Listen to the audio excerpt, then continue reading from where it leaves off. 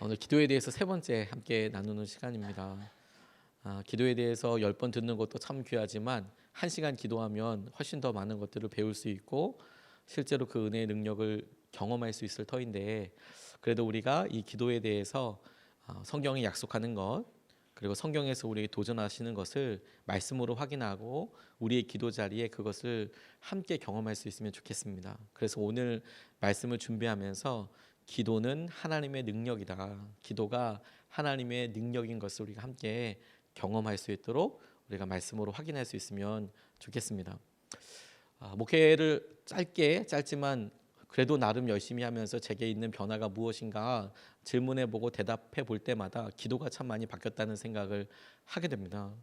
제 안에 주님을 어디까지 믿을 수 있는가, 어떻게 주님께서 하시는 일에 대해서 내가 고백하게 되었나, 그리고 얼만큼 간절해졌는가, 이게 제 안에 제일 많이 변화된 부분이 아닐까, 이런 생각을 하게 됐어요. 예수님과 사람 주위에 있는 제자들에게 사람들의 관심이 많이 쏠렸습니다. 또 제자들에게도 예수님에게 있는 관심처럼 제자들에게도 사람들의 관심이 엄청 많이 쏠렸어요. 이유는 그들에게서 능력이 드러나게 됐거든요. 누가복음 9장 1절 말씀에 보면 예수께서 그 12를 한자리에 불러놓으시고 모든 귀신을 제어하고 병을 고치는 능력과 권능을 주시고 그리고 세상으로 보내셨다라는 이야기가 이어져서 나옵니다. 예수님께서 제자들에게 병을 고치는 능력, 귀신을 제어하는 능력을 주셨다, 이렇게 누가복음에 말씀하고 있거든요. 그런데 제자들이 만났던 현실은 또 만만치가 않았던 것 같아요. 그렇게 그들에게 능력을 주셨다라고 나와서 실제로 누가복음에 보면 제자들이 나가서 전도하고 주님의 이름으로 선포했을 때 귀신이 떠나가고 굴복하는 역사들이 있었거든요. 제자들도 그런 일을 분명히 경험했어요. 그런데 오늘 우리가 읽은 본문 말씀에 보면 그렇게 경험하고 그렇게 있었던 일과는 전혀 반대되는 일이 지금 나와 있어요. 17절 18절 말씀을 보면 선생님, 내 아들을 선생님께 데려왔습니다. 그 아이는 말을 못하게 하는 귀신이 들려 있습니다. 그래서 선생님의 제자들에게 그 귀신을 쫓아내 달라고 했으나 그들은 쫓아내지 못했습니다. 이렇게 이야기합니다. 제자들이 귀신을 쫓아내려고 했대요. 근데 여기서 우리가 질문해 볼 것은, 만약에 제자들이 그 전에 그런 경험이 없었다면 귀신 들린 사람들 앞에 가지 않았을 것 같아요. 그러니까 아마도 그들이 예수님께서 누가복음에 말씀하신 것처럼 그들에게 병을 고치고 귀신을 제어하는 능력을 그들도 실제로 전도의 현장에서 경험해 본 적이 있거든요. 그런데 오늘 찾아온 이 아이를 믿음으로 기도하고 이렇게 할 때에는 그게 되지 않더라, 이런 상황을 지금 맞았다고 보는 것이 조금 더 기도에 대해서 우리가 생각할 거리가 많아지는 것 같습니다. 왜냐하면 그게 실제로 우리에게 믿음 생활을 할 때 우리 현실과 좀 많이 닮아 있어요. 이게 무슨 말이냐, 우리에게 주님께서 믿음의 주님이시고 주님께서 전능하신 하나님이고 이런 것에 대한 것은 알고 있지 않습니까? 우리에게 믿음도 있어요. 우리에게 약속도 그대로 있습니다. 그런데 실제로 우리가 경험하는, 우리의 삶에서 우리 현실로 경험하는 것들을 보면 이 기도가 그렇게 능력으로 경험되더냐, 이 믿음이, 이 약속이 살아있는 그런 능력으로 우리에게 경험이 되느냐, 그게 우리 기도와 믿음에 있어서 굉장히 중요한 부분인 것 같아요. 잘 안 되더라, 잘 힘들더라. 그리고 심지어 이렇게 믿음으로 기도하는데 오히려 더 갈급해지는 경우들도 있더라. 오늘 제자들처럼요. 어떻게 하면 능력으로 이런 일들을 경험할 수 있을까요? 저는 이걸 아주 깊이 생각해 보게 된 계기가 하나가 있었습니다. 선한목자교회에서 이렇게 목회하고 할 때 성령 집회 때 강력한 성령의 은혜의 역사들이 보이게 드러날 때가 있었거든요, 한동안. 그래서 목사님들이 안수하고 뭐 이렇게 할 때 뭐 귀신들이 나가고 그런 일들이 성령 집회 때마다 있었어요. 그러다 보니까 많이 오신 그 성도님들이 기도 안 하시고 다 앞에만 보고 계셨어요. 앞에서 막 비명 소리도 나고 막 그러니까 이게 완전히 뭐 이게 엑소더스잖아요, 이게 막.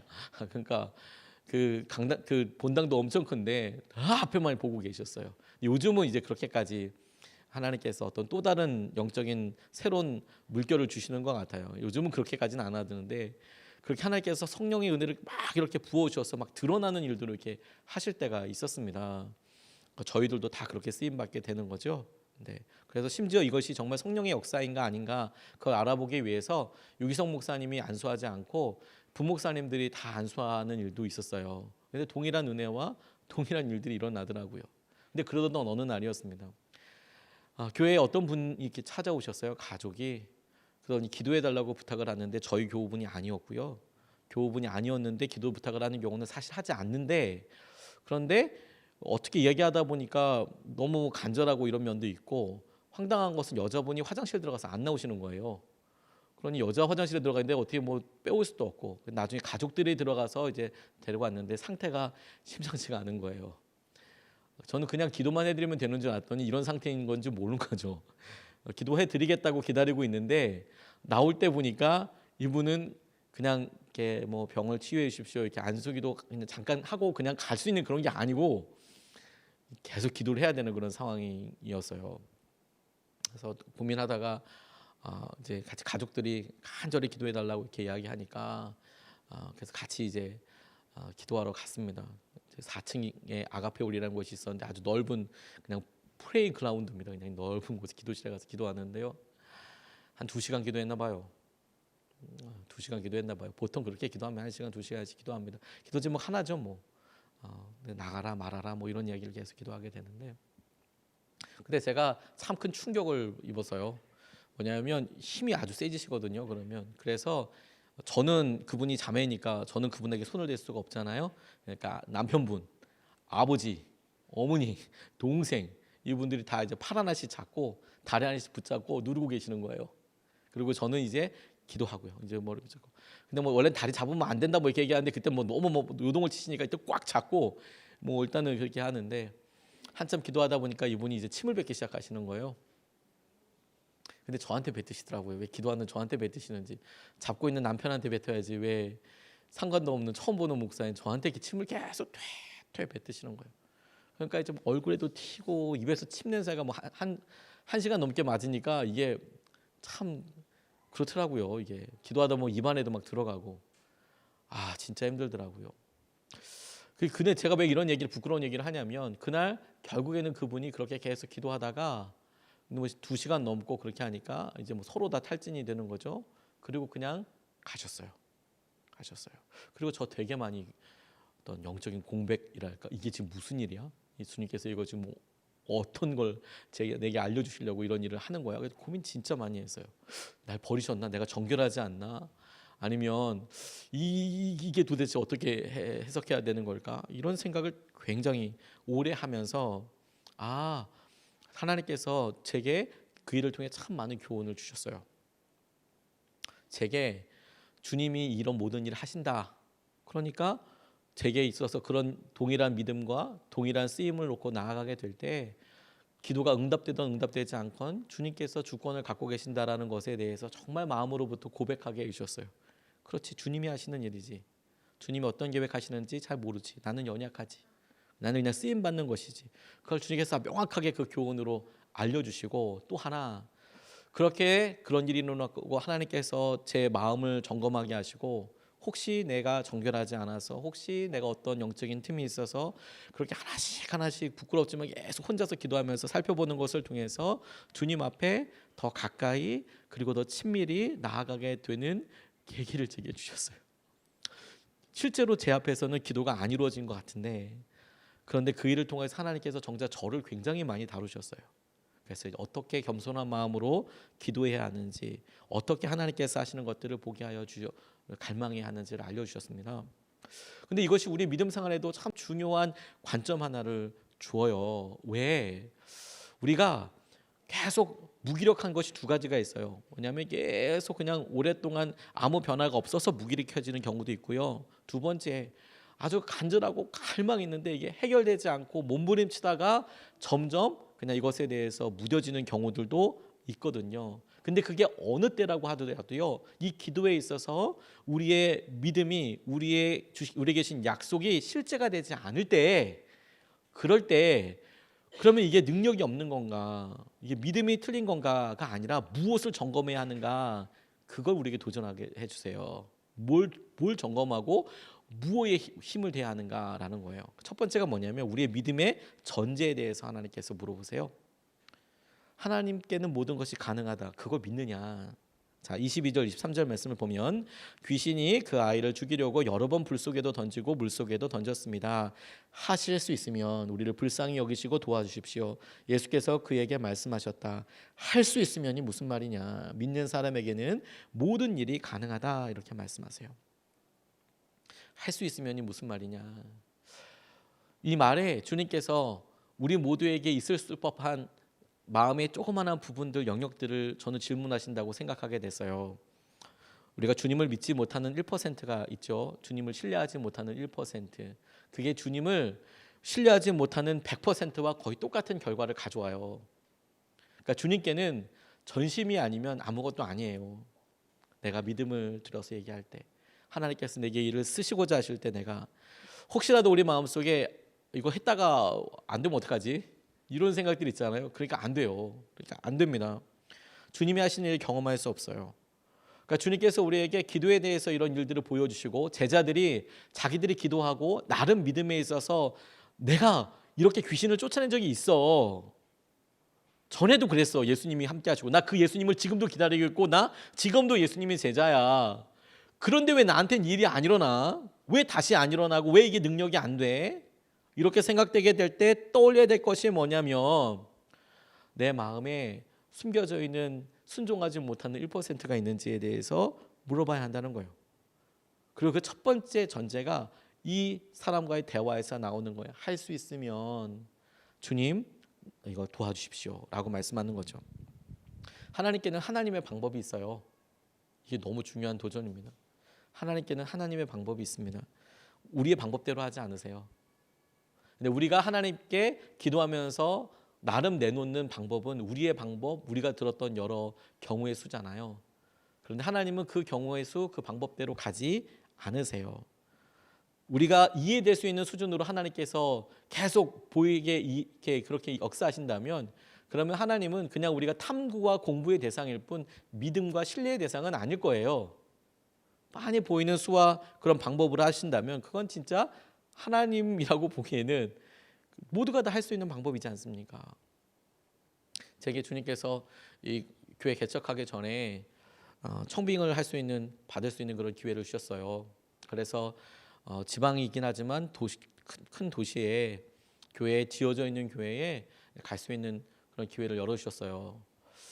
처음에는 그 얘기를 듣고 저는 개척 준비를 하고 있었기 때문에 저희가 부목사님들 이렇게 사역했던 분들 중에서 순서를 정해놓고 왔는데 제 턴이었고, 그리고 저한테 개척 준비를 하라고 말씀하셔서 기도하고 있는데 갑자기 다시 부르셔서 혹시 청빙 가는 거 놓고 기도해 보라고 이렇게 이야기를 하시는데, 처음에는 기도도 안 하죠. 뭐 그냥 개척을 하기로 결심을 했는데 뭘 또 청빙을 또 가나.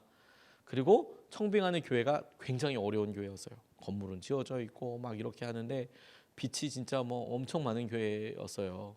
전임 목사님이 어렵게 건물을 아름답게 지어 놓으시고 너무 힘드셔서 돌아가셨어요.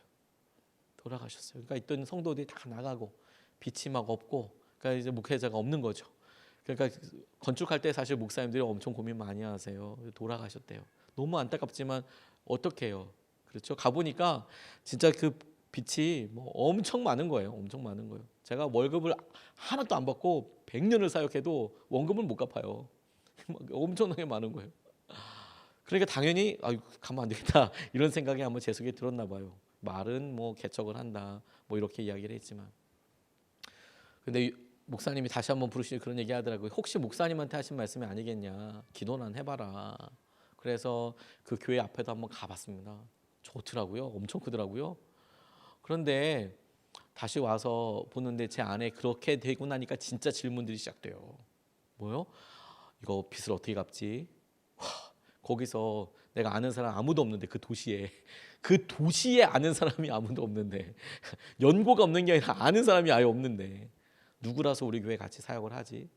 거기서 멀면 뭐 이게 지금 우리 여기 이쪽 교회 분들이 거기 갈 수 있는 거리가 아니니까 그건 또 어떻게 하지? 뭐 이런 다양한 생각들이 들었습니다. 그런데 마음속 하나가, 제 마음속에 돈에 대한 염려, 걱정, 내가 주님 앞에 부르심 뭐 다 점검하게 하시다가 주님께서 제게 생각 하나를 바꿔주셨어요. 야, 내가 어느 기회에 하나님께 이만큼 헌금을 드릴 수 있을까? 이런 생각을 하게 해주셨어요. 그게 무슨 말이냐면 제가 거기에 담임으로 가는 순간 거기에 어떤 부채나 이런 것들에 대해서 다 제 이름으로 다 옮길 거 아닙니까? 사인을 할 거 아니에요. 자기 이름으로 다 이제 다 물려받을 거 아닙니까? 그렇게 되어 있거든요. 담임 목사가 다 이제 사인하게 되어 있거든요. 그럼 이제 그게 오롯이 교회 빚이긴 하지만 오롯이 그게 이제 다 이렇게 오는 거죠. 근데 가만 보니까 제가 그만큼 대출을 받을 수 있는 여력도 없을 뿐더러 이런 기회가 있겠나? 이거 주님 앞에 내가 헌금할 수 있는 기회구나. 실제 돈이 오고 가는 건 아니지만 내가 하나님 앞에 이만큼의 믿음을 보여드릴 수 있는 기회인 거구나. 하나님 앞에 그렇게 드릴 수 있는 거구나. 그런데 그렇게 마음을 주시고 그래 가겠습니다라고 순종할 때까지 제 마음속에 엄청난 애들이 막 소리 지르면서 뛰어다녔거든요. 이건 바보다. 이건 무덤 파는 거다. 이건 자폭이다. 앞으로 애들 있는데 어떡하려고 그러냐. 막 별별 생각이 때 제 안에 다 들었었어요. 근데 진짜 신기한 건요. 내가 주님의 뜻이구나 이거. 그래 그렇더라도 이거 주님 앞에 영광이고 주님 앞에 주신 놀라운 은혜의 통로가 될 수 있겠어. 내가 순종하는 거구나. 나 주님 앞에 다 드리기로 했잖아. 주님께서 이끌어 주실 거야. 그리고 정말 순종하는 순간 가겠습니다. 그래서 유기성 목사님 만나서 가겠습니다 라고 말씀드렸어요. 근데 그렇게 말씀드리니까 거짓말처럼 마음이 잠잠해지는 거예요. 풍랑이 일단 완전히 싹 가게 하더라고요. 제가 유기성 목사님한테 가겠습니다라고 얘기하니까 유 목사님이 바로 그 자리에서 바로 이어서 이렇게 이야기하시더라고요. 이제부터는 빚은 차 목사가 알아서 하는 거야 이렇게 얘기해 주셨어요. 엄청 당황스럽긴 했지만 그래도 어차피 각오하고 간 거니까.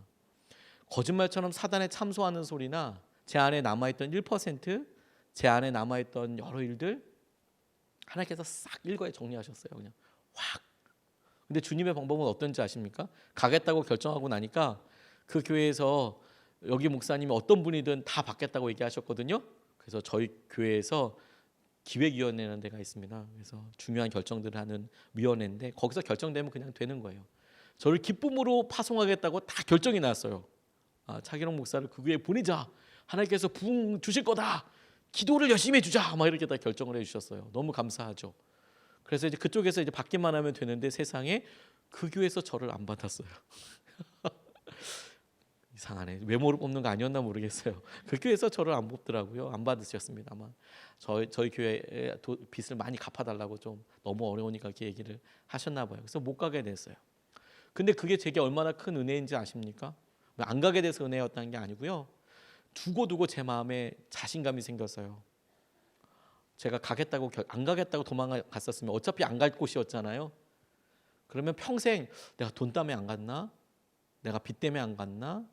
하나님께서 내게 주신 것인데 내가 그것을 순종하지 못한 거 아닌가? 아마 이런 고민 때문에 평생 힘들었을 거예요. 그런데 그게 아니라 기쁨입니다. 주님. 갑니다. 주님. 주님 원하시면 갑니다. 가려고 했는데 못 갔잖아요. 너무 자유해요. 순종하고 나니까. 그게 주님께서 제 안에 기도를 다루시고 마저 주님은 뭐든지 하실 수 있어. 주님께서 역사하시면 빚이 얼마고 사람이 얼마고 이런 거 중요하지 않아. 다만 그런 일들과 염려들 통해서 우리의 전제를 점검하게 하시는 거예요. 요 전제가요. 어려움이고 그리고 두려움 이렇게 우리를 힘들게 하는 게 없으면 잘 드러나지 않아요. 근데 힘들잖아요. 고난 가운데 있잖아요. 거품이 싹 빠져요. 그래서 뭐가 주님의 뜻인지 뭐가 내 욕심인지 그냥 딱 드러나요. 그래서 고난이 언제까지 계속되는지 아십니까? 요 거품이 다 빠질 때까지. 계속. 근데 한 큐에 빠질 때도 있는 방법은 뭐냐면요. 내가 주님 앞에 순종하겠다고 결정하는 거예요. 그럼 정말 거짓말처럼 참소하는 소리가 싹 사라집니다. 능력이 드러나지 않대. 기도하는데 주님께서 우리에게 약속하신 것이 약속대로 드러나지 않고 능력으로 드러나지 않을 때 이상하다. 뭐가 잘못됐지? 능력이 없나? 이런 고민을 할 게 아니라 하나님은 정말 모든 일을 하실 수 있다는 것에 대해서 나는 믿는가? 그게 첫 번째 점검 사항이라는 거예요. 두 번째는요. 우리가 점검할 때 믿음 없는 것이 기도 제목입니다. 믿음 없는 것이. 그렇게 봤더니 내가 믿음이 없는 거예요. 그러면 나는 시험에 땡 떨어졌네 이렇게 끝나는 게 아니고요. 그러니까 믿음이 없으니까 믿음을 달라고 기도해야 한다고요. 이게 굉장히 기도의 중요한 능력의 기도를 경험하기 위한 굉장히 중요한 도전이에요. 24절 말씀을 보면 그 아이 아버지는 큰 소리로 외쳐 말했다. 내가 믿습니다. 믿음 없는 나를 도와주십시오. 여러분 이게 꼼꼼히 읽어보면 굉장히 놀라운 시선의 변화가 일어났어요. 자요, 그 아이 아버지는 큰 소리로 외쳐 말했다. 내가 믿습니다. 믿음 없는 나를 도와주십시오. 믿음 없는 나를 도와주십시오. 요 전까지 요 아버지가 어떤 기도했게요? 우리 아픈 아이를 고쳐주십시오라고 이야기했어요. 근데 지금 예수님께서 이야기하실 때 이 사람의 고백이 어떻게 바뀌어요? 믿음 없는 나를 도와달래요. 자, 그러니까 지금 이 사람이 문제로 찾아온 것은 뭐였냐면, 찾아오게 했던 문제는 뭐였냐면 아이가 아픈 거였어요. 그렇죠? 그래서 막 아무데나 막 넘어진대요. 귀신이 들렸대요. 그래서 고쳐달라고 왔어요. 그러면 능력 있는 사람이 필요하잖아요. 뭔가 드러날 수 있는 기사와 이적이 필요하지 않습니까? 그런데 예수님과 대화하고 나서 뭐가 바뀌었냐면, 정작 이 일을 이루기 위해서 믿음이 없는 게 나구나. 이 믿음 없는 나를 도와주십시오. 이 믿음이 없는 것을 좀 도와주십시오. 라고 구하고 있다는 거예요. 우리는 문제를 보고요, 문제가 얼마나 큰지를 봐요. 근데 문제가 보면 볼수록 점점 커집니다. 그리고 우리의 믿음은 점점 작아져요. 그리고 우리의 믿음이 점점 커질 때는 문제가 점점 작아지는 듯한 느낌이 들어요.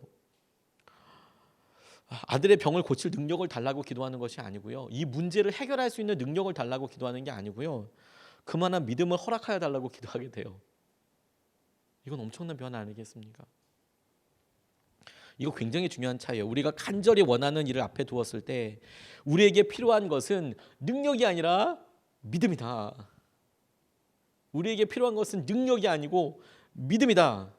제자들과 그 제자들을 바라보는 사람들은 능력을 보기 원해요. 지금 제자들과 그 제자들을 지금 바라보는 사람은 지금 능력이 내게 있기를 원합니다. 예수님께서 보셨던 거. 그러나 예수님 옆에 섰을 때 그들은 자신의 믿음 없음을 발견하게 돼요. 내가 믿음이 이렇게 없구나.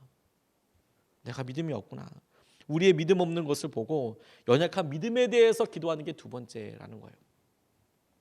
제가 참 친하게 지내는 목사님 중에서 코스타 총무로 섬기는 유임금 목사님이라는 분이 계세요. 저에게 몇 번 오라고 했더니 몇 번 오겠다고 하면서 자꾸 못 오고 계시는 분인데요. 코스타라고 청년들이 전 세계에서 이렇게 모이는 집회들이 있습니다. 그 모임을 전체 디렉팅하시는 목사님이 계세요. 그래서 같이 이제 활동도 많이 하고 그러다 보니까 참 친하게 지내고 있거든요. 근데 그분이 이런 간증을 하시더라고요. 아르헨티나에 선교사로 갔다가 돌아왔답니다. 돌아와서 어떻게 해야 될지 고민하고 부산에서 사역을 하고 계시는데, 한 번은 청년들이 모이는 기도회에 초청을 받아서 갔더니 그 초청해서 말씀을 전해 주십시오. 그런데 말씀을 전해달라고 할 때에 주제를 정해서 주더래요. 뭐 그런 경우가 간혹 있거든요. 부흥회 일 때 우리 주제가 이러니까 이런 주제를 놓고 기도해 주십시오. 이런 이야기가 있대요. 저도 그런 경우가 있어요, 종종. 이번에도 보니까 부흥회 이렇게 요청을 하시면서 이런 주제입니다, 목사님. 뭐 그 주제대로 해달라는 거죠. 사실 뭐 마음대로 하세요 이렇게 얘기하지만 어떻게 마음대로 합니까? 주제가 정해져 있는데. 그런데 이분이 받은 주제가 너무 충격적이었어요. 뭐 어떤 십자가, 복음의 능력 이런 거면 접근할 수 있는 방법이 있는데, 이 청년들이 자기들끼리 몇 명 모이지 않는 기도에 기도해 주십시오, 설교해 주십시오라고 준 그 제목이 뭐였냐면 부산. 이 부산이라는 지명 하나를 막 정해주고 이 부산이라는 주제에 맞춰서 말씀을 전해달라고 그러더래요. 그 세상에 진짜 부산하죠. 뭐 어떻게 해요 이걸? 뭐 찾을 수가 없는 거예요. 그래서 부산에 대해서 이분 뭐 선교사도 더군다나 갔다는데 진짜 난감하더래요. 그래서 진짜 뭐 간절히 기도하고 가서 뭐 말씀도 전했지만 끝나고 난 다음에 와, 왜 이렇게 기도 제목 주냐 했더니 이 진짜 10명도 안 되는 청년분들이 부산을 놓고 몇 년째 기도했다는 거예요. 부산에 어떤 은혜를 놓고 몇 년째 그렇게 모였다는 거예요. 여러분, 근데 그런 기도가 진짜 무서운 기도예요. 많이 안 모이지만 그렇게 자기가 아닌 하나님의 뜻을 놓고 기도하는 이런 맹목적이고 오래된 기도는 진짜 무서운 기도예요. 근데 이분이 그 얘기를 듣더니 진짜 뼈가 막 울리더래요. 이거 어떻게 이런 사람들이 다 있나. 그래서 정말 간절히 기도하고 주위에 여러 다른 동력자들한테 물어봤더니 제가 오늘 부산이라는 주제 가지고 어디 어느 모임 가서 기도했는데 혹시 어느 전도사님 이런 일 겪으신 적 있어요? 그랬더니 자기도 거기 갔다 온 적 있다고. 보니까 그 부산 시내 그 근처에 있었던 많은 청년 사역자들이 거기 가서 한 번씩 다 설교한 거예요. 부산을 놓고 기도해달라고. 그래서 자기들끼리 모였대요. 사역자들끼리, 목사님, 집사님, 전사님들이 우리 부산을 놓고 같이 좀 기도해, 우리 같이 좀 기도해야 되지 않겠냐, 우리 사역자들이. 그렇게 하면서 사람들이 이렇게 모일 때 기도회가 막 엄청나게 사람들이 막 배가해서 막 우리 다음에 한번 100명만 모여볼까? 그때 막 500명이 오고 막 이렇게 하다가 우리 다 같이 모여서 그러면 시간을 널찍이 정해서 집회 한번 하자. 같이 모여서 하나님 앞에 이 부산에 성시화를 놓고 기도하자. 막 이런 생각이 드셨대요. 그래서 청년들도 막 거기에 대해서 있게 하고 막 그러다 보니까 야 우리 어디 빌려야 돼? 우리 저기 뭐 종합운동장 이런 거 빌려야 돼? 막 이렇게 하다가 세상에 제일 넓은 곳이 어디냐고 얘기 나오다가 해운대 빌리자 이렇게 얘기를 했대. 해운대. 이분은 아직 해운대를 잘 안 가보셨나 봐요. 근데 처음 오셔가지고 해운대 얼마나 큰지. 그래서 그래 해운대? 그래 해운대 빌리자. 그리고 이제 해운대 빌려서 해운대에서 집회하자. 근데 그렇게 결정하고 나니까 해운대를 빌려주는 데인지 안 빌려주는 데인지 그것부터 이제 알아봐야 되는 거잖아요. 자기는 그냥 해변이라고 생각만 하셨대요. 그래서 해운대 사무소에게 갔답니다. 그래서 해운대 빌려주나요? 이렇게 물어봤더니 그 담당하시는 그 공무원이 아래 위로 훑어보더래요. 어디 사람이냐고 물어보더래요. 그래서 부산 사람이라고 그랬더니 부산 사람인데 뭐 빌려주고 오는 게 그냥 쓰시라고 하시라고 뭐 그렇게 이야기를 하시더라고요. 그래서 언제 날짜 뭐 이렇게 하죠. 아니 거기 널려 있으니까 아무데나 갔다 하시라고 넓으니까 아무데서 하시라고 막 그래서 이분이 그때서야 이제 해운대를 가신 거예요. 너무 놀랐답니다. 이게 막 몇 킬로로 이렇게 돼 있는 거예요. 몇 킬로로. 자기는 해운대에 이거 뭐 사람들 못 가면 다 차면 어떡하지라고 생각을 했는데 세상에 사실 그 여름에 뉴스만 제대로 봐도 해운대에 얼마나 많이 몰리는지 보면 그 충격적인 상황을 충분히 예측할 수 있었을 텐데 딱 가서 보니까 너무 힘들더래요. 너무 넓더래 일단 기본적으로. 그래서 그날 너무 좌절하셨대요.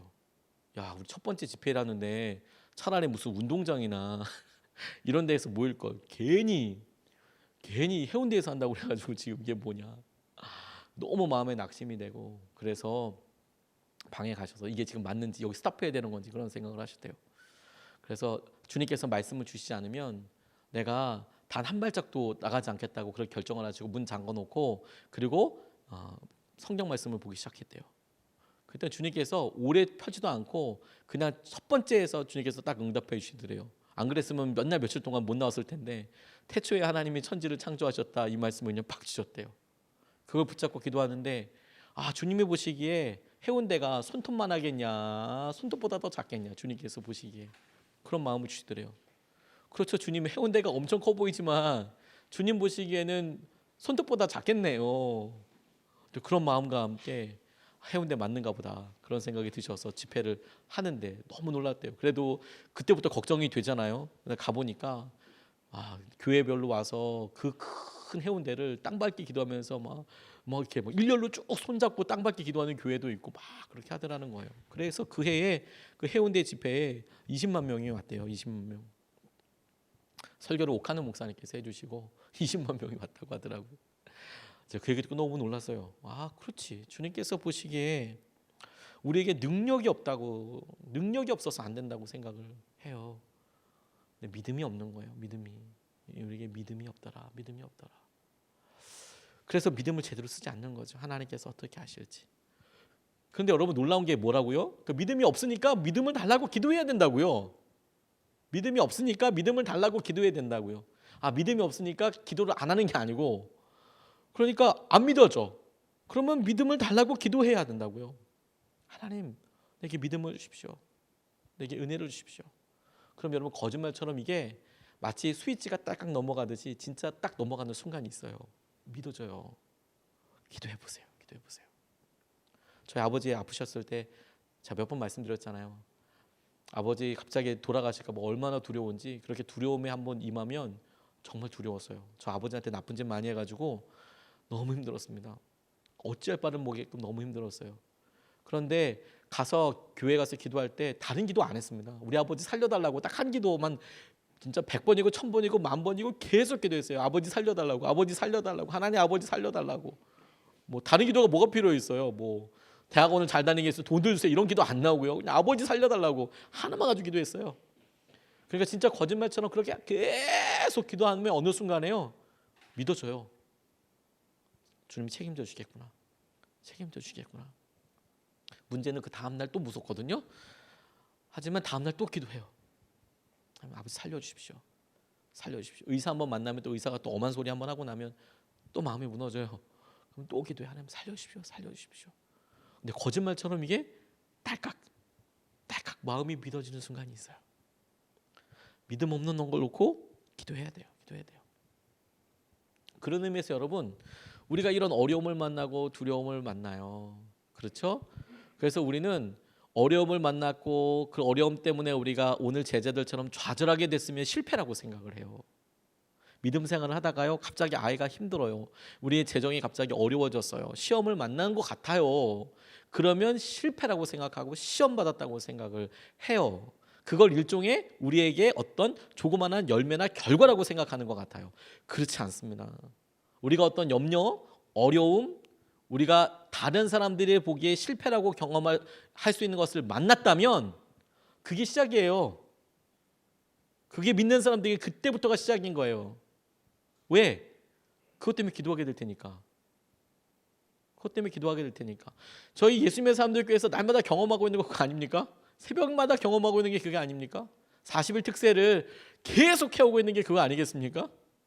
그렇죠. 제 올해는 목회 계획에 사실 정해놓은 40일 특세는 2번밖에 없었어요.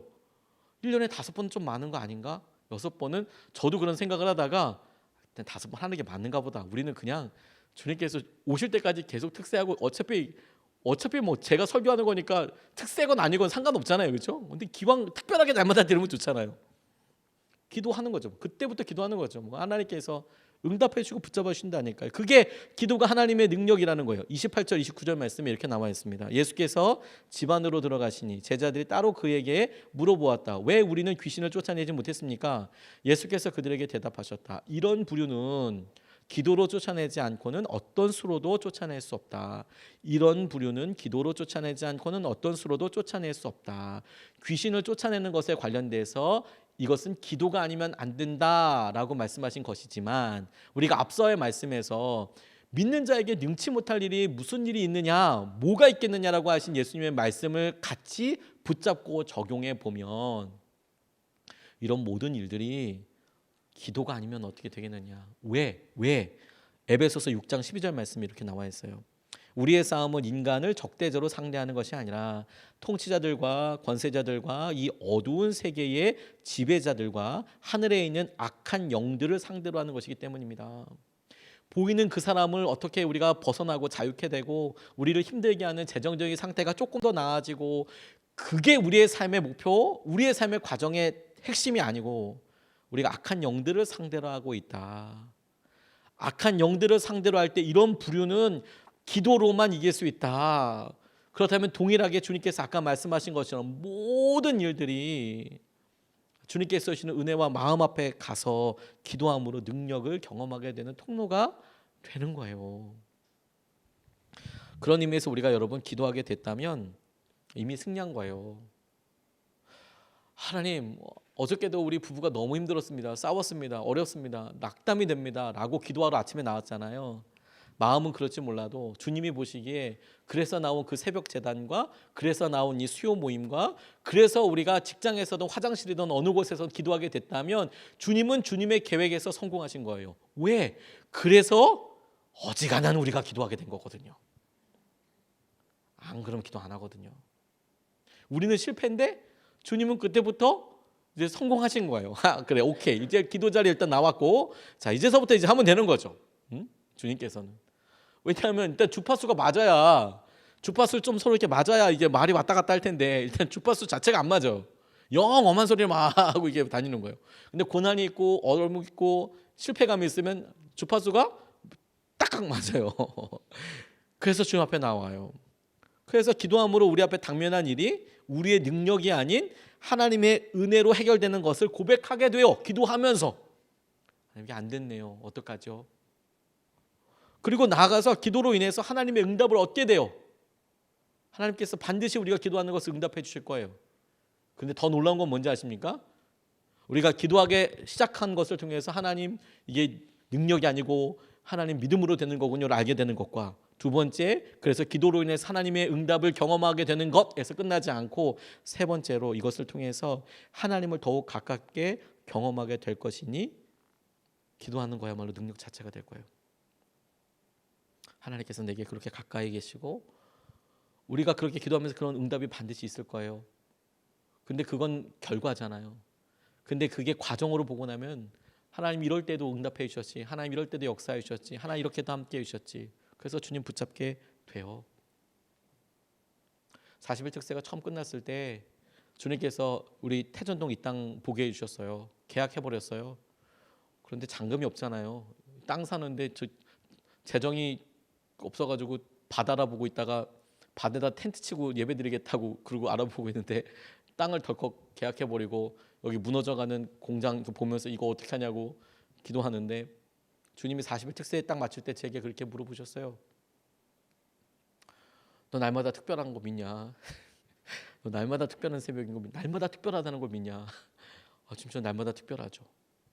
40일 특세 한 번에서 하나님께서 이런 일을 이렇게 응답해 주셨는데 그러니까 두 번째 40일 특세를 안 할 이유가 없는 거예요.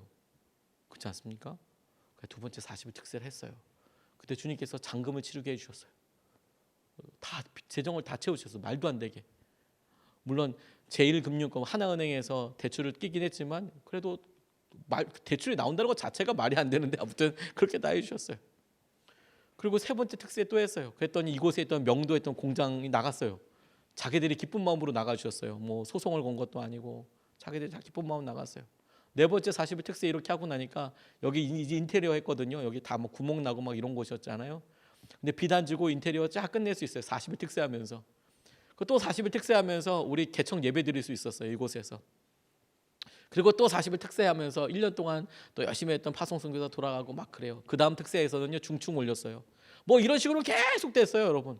작년에는요 특세하다가 나와가지고 새벽기도 준비하다가 앞에 계신 아저씨랑 두런두런 얘기하다가 웬 아저씨가 있었어 교회 앞에 아무 생각 없이 막 이렇게 이야기하다가 그 아저씨가 여기 앞에 우리 예들꿈터 주인이어가지고 그것 좀 빌려달라고 얘기했더니 부동산을 통해서 몇 번 얘기했는데도 절대 안 빌려주시는 분이 바로 그날 빌려주겠다고 언제 계약할 거냐고 뭐 이런 일들은 막 있고 그랬어요. 왜 안 하겠어요? 주님을 가까이 경험하게 되는데 왜 안 하겠어요? 왜 안 해보겠어요? 왜 주님을 인정하지 않겠어요? 주님이 그렇게 역사할 텐데. 사실 그게 진짜 무서운 믿음이라니까요, 여러분. 저희가 우리 아이들한테 간절히 물려주고 싶은 것도 그거예요. 계속 애들을 예배 저희들 같이 들고 있잖아요. 예배 드릴 때 제가 뭐 앞에 설교 시간에 애들이 뛰어든다 그래서 뭐라고 단 한마디라도 하는 거 봤습니까? 그런 적 한 번도 없어요. 왜냐하면 저도 그랬을 뿐더러 제가 지은 죄가 있기 때문에 절대 그럴 수 없지만 더 놀라운 건 뭐냐면 우리 애들이 나중에 진짜 힘들고 어려운 일이 만날 수도 있잖아요. 그럴 때 교회 가면 돼 라고 한 번만 생각해 줄 수 있어도 저는 그동안에 365일 내내 참아서 애들한테 가르쳐주는 거에 놀라운 열매라고 생각해요. 애들이 나중에 단 한 번이라도 그래 진짜 힘든데 교회 가가지고 앉아라도 있어 봐야겠다라고 생각이 들었다면 저는 뭐 할렐루야 뭐 얼마든지 할 수 있어요. 그 애들 뭐 난리 쳐도 상관하지 않아요. 그게 우리 기쁨이고 우리 마땅히 할 바잖아요. 주님이 여러분들에게 똑같이 생각하지 않으시겠습니까? 기도가 하나님의 능력이에요. 기도가 하나님의 능력이라고 오늘 말씀처럼 경험하고 나면 우리가 내 기도 제목이 이게 뭐야? 기도 제목 그걸 어떤 분들은 문제거리라고 이야기하기도 하고 아픈 거라고 이야기하지만 그거가 아니라 기도가 하나님의 능력이라고 고백하고 나면 우리가 기도하게 된 것 자체가 엄청난 기대이고 주님께서 하실 거에 대한 고백이고 주님께서 이제부터 하실 거라는 것에 대한 은혜가 될 거예요. 우리가 그것에 대해서 믿음의 눈이 열렸으면 좋겠습니다. 오늘 우리가 기도에 대해서 이렇게 얘기하는데 제가 이렇게 기도에 대한 설교를 저희 교회에서도 하고 다른 교회에서도 하고 이렇게 할 때마다 사실 기도는 기도 한번 하는 게 그냥 끝장나는 거예요. 뭐 기도를 하는 거죠. 뭐 내일서부터 새벽 예배 나오면 되는 거예요. 뭐 어렵지 않아요. 네. 금요일 날 새벽 예배 참고로 없습니다. 네. 그냥 새벽 예배 나오면 되는 거예요. 기도 시간에 그냥 오면 되는 거예요. 뭐 어렵지 않아요. 그냥 기도하면 되는 거예요. 하나님께서 하신 은혜를 능력을 경험하면 되는 거죠. 뭐. 그러면 그렇다면 주님이 하실 거고 주님을 바라보는 거죠. 계속 주님께서 이끌으신 은혜를 보는 거죠. 우리가 마치 탁구하듯이 주님께 문제를 홀랑 올려드렸는데 갈 때는 또 우리가 염려로 또 홀랑 또 받아가잖아요. 그 다음날 또 홀랑 드렸다가 또 홀랑 받고 이렇게 홀랑 받고 계속 왔다 갔다 하다가 어느 순간에 주님께서 안 주세요. 그러면 해결된 거예요. 주님께서 이끌으시는 거구나. 믿게 해주시는 거구나. 주님께서 이번 설에 여러분들이 그런 은혜를 주셨으면 좋겠고요. 우리 기도 생활에 다시 한번 주님께서 탄력을 주셔서 하나님이 어떤 일을 하시는지 보게 하시기를 축복합니다. 우리가 이거 붙잡고 좀 같이 기도하겠습니다. 문제 때문에 우리가 승리 경험하게 될 거예요. 과정이잖아요, 과정. 그렇다면 우리가 기도하게 하시는 주님의 은혜를 같이 찬양하고 감사할 수 있으면 좋겠습니다. 우리가 기도 제목 딱 한 가지로 주님 우리의 믿음 없는 것을 도와주십시오라고 좀 기도하고 싶어요. 어려운 문제 많이 갖고 나오셨잖아요. 자녀를 놓고도 기도하고 어려운 문제 많이 갖고 오셨는데 하나 우리의 믿음 없는 것을 도와주십시오. 주님 우리의 믿음 없는 것을 도와주십시오. 이 마음을 좀 고쳐주십시오. 우리 가운데 주님의 은혜를 더하여 주셔서 믿음을 붙잡아 주시고 주님께서 이 문제를 해결하실 때 우리의 믿음을 키우셔서 지금 능력이 아니라 주님을 향한 믿음으로 우리를 살리시고 인도하시는 것을 보게 하여 주십시오. 우리의 믿음 없는 것을 도와달라고 우리 시간에 말씀 붙잡고 함께 기도하겠습니다.